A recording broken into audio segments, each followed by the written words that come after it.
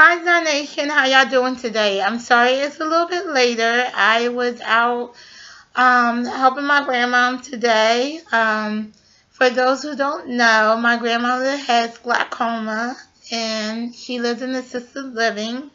So yesterday I went over there and spent some time with her, getting some of her clothes prepared for church. I know church is on Sunday and it's Wednesday, but I was helping her get her Sunday best for church, as well as giving her some linens, some fresh linens for her bedroom, as well as some food that my mom cooked for her. And I bought her phone from the Institute on Disabilities at Temple University. They have a program where they can help people with disabilities based on your income and your disabilities. You can have like assistive technology to help you maintain your independence while you're still living on your own. My grandmother has glaucoma, so she cannot see the keypads on her phone, on her landline, on her landline. So I was over there yesterday trying to program her phone, which was still a little frustrating because I kept on reading the directions over and over again. It wasn't clicking. So today I went back over there trying to see if I rest up a little bit. Called the Institute on Disability at Temple University, see if that would have helped me out. I'm still waiting for a phone call back, but she likes the phone. That's a good thing. So I'll probably be back over there. Hopefully not tomorrow, probably one day next week. So let's get to our topic. Our topic today is about relationships, and I'm going to talk about my relationships, as well as relationships when it comes to people with disabilities. Well, let me start about my relationship. Most people in the disability community, including myself, both of my parents do not have disabilities.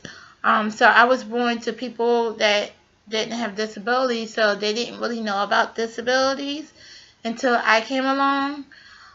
So it was very taboo. My mom always would say that disabilities exist, but it was kind of like they were in a closet somewhere and we really didn't talk about it.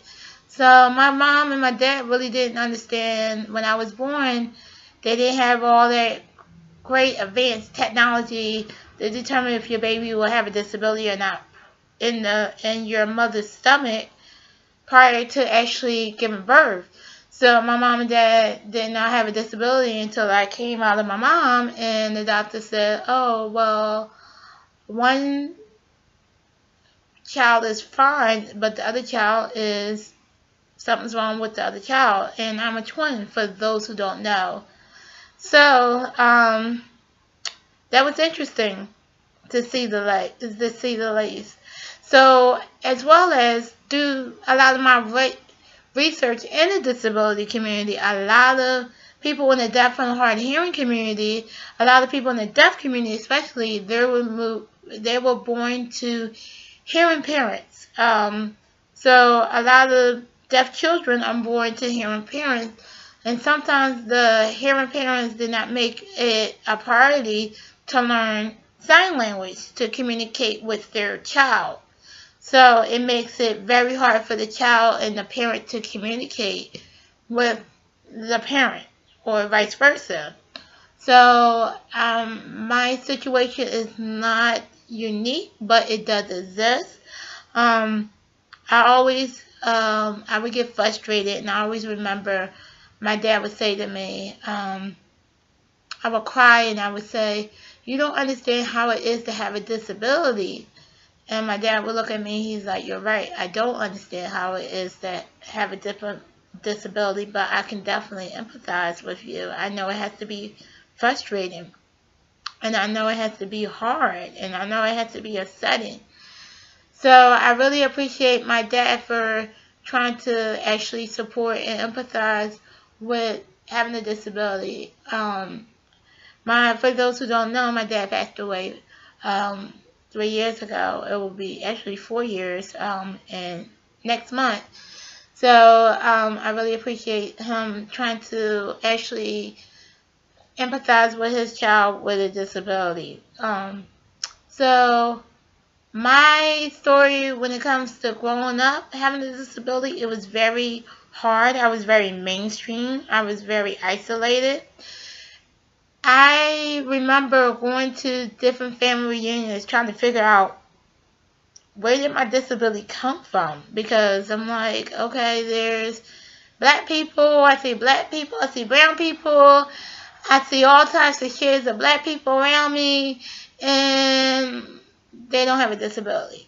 So where do I fit in? Where did this come from? And I remember one of my cousins coming up to me and she said, you may want to just hold off on that because you got to remember, being that we were slaves, our ancestors were slaves, if a child did have your disability, we didn't have the proper medication or services to treat the child. So the child probably died off very young. And then on top of that, we weren't permitted to read or write. So we couldn't document the existence of the child. So I said, okay, great. So I kind of like backed off on that quest. So I asked my parents, and I asked them if I can take them to a genetic counselor to find out what side of the family that my disability actually runs on, what side that this disability comes from. Both of my parents have the trait. So that's what created me. I have the disease. So they said, sure, no problems, Aretha. So now that my father has passed away, he has 3 siblings that are alive. Uncle Stan, Aunt Mildred, and Aunt Tina. So I asked all 3 of them, and they said, sure, no problem, we can do it. No problem. Thank y'all so much. I really appreciate it. So I think that would be great to actually have that information so I can share this with my family and my kids and my husband once I get married, so I can have this information documented and I can share this with other people because we need to know what runs in our family. So growing up, very challenging in elementary school, high school, family functions. I didn't really know anyone with this disability. I grew up very mainstream. I was very isolated. I didn't go to a high school for people with disabilities. I went to Phillips High School here in Philadelphia. I was in special education up until 3rd grade. And then I was phased out of special education. Well, actually, my mom took me out of special education because she felt as though they wasn't teaching me enough. And she saw the brightness in me, so she decided to take me out of special education. She felt as though that would be a great move. Take me out of special education. So I grew up very isolated, grew up very mainstream, so I didn't really have anyone that I can actually relate to.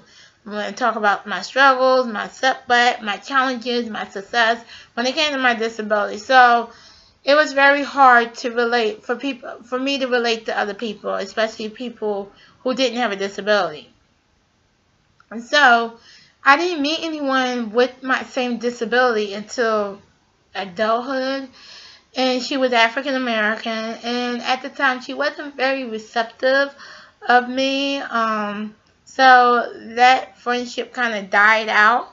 Now we're trying to get back on trying to have a great friendship with each other. So we'll see what that happens. Now in the world of social media, there's so many people with my disability that are African American, that are Indian, that are Native American, that are Latino. I haven't seen the Asian people, but there probably are some who are Asian.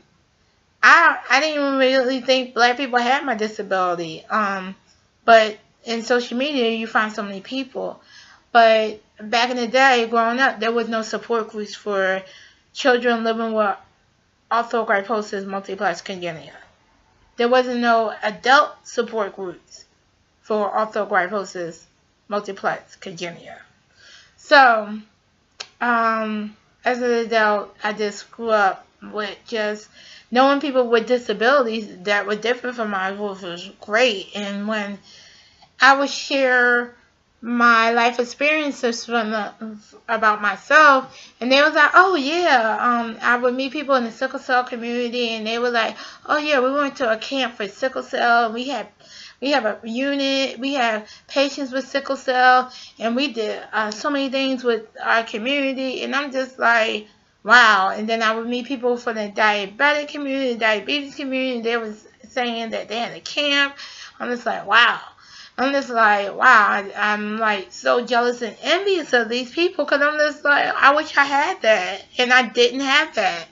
So I'm like, oh, I'm so jealous. But, you know, now I look back on it, I'm okay with it, but I wish I did have some kind of support like that.